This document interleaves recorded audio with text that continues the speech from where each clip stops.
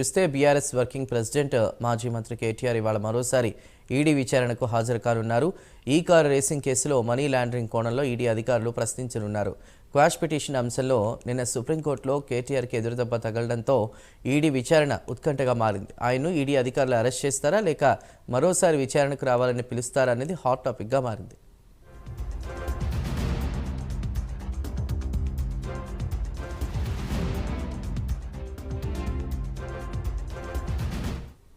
ఇదిలా ఉంటే ఫార్ములా ఈ కేసులో కేటీఆర్కు మరోసారి నోటీసులు ఇచ్చేందుకు ఏసీబీ సిద్ధమైంది. ఆయనతో పాటు అరవింద్ కుమార్, పిఎల్ఎన్ రెడ్లకు మరోసారి నోటీసులు ఇచ్చే యోచనలో ఉంది. సుప్రీంకోర్టులో కేటీఆర్ క్వాష్ పిటిషన్ ఉపసంహరించుకోవడంతో నోటీసులపై ఏసీబీ ముందుకెళ్లే అవకాశం ఉంది. ఇప్పటికే ఈ ముగ్గురిని ఏసీబీ ఓ దఫా పిలిచి ప్రశ్నించింది. ఈరోజు కేటీఆర్ గారి క్వాష్ పిటిషన్ సుప్రీంకోర్టులో court number 11 justice Bela M Trivedi, justice Prasanna Varale వారి ధర్మస్థానంలో ఈరోజు పిటిషన్ రావడం జరిగింది. అండ్ మా తరఫున సీనియర్ న్యాయవాది ఆర్యమ్మ సుందరం అండ్ సిద్ధార్థ్ దవే ఇద్దరు ఆర్గ్యూ చేయడం జరిగింది.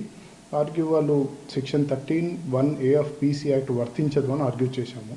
ఎందుకంటే వాళ్ళు ఎఫ్ఐఆర్లో పేర్కొన్న అంశాలన్నీ అవన్నీ ప్రొసీజరల్ ఇర్రెగ్యులారిటీస్కి సంబంధించినవి, అది that doesn't amount to corruption అని చెప్పి మేము వాదించడం జరిగింది.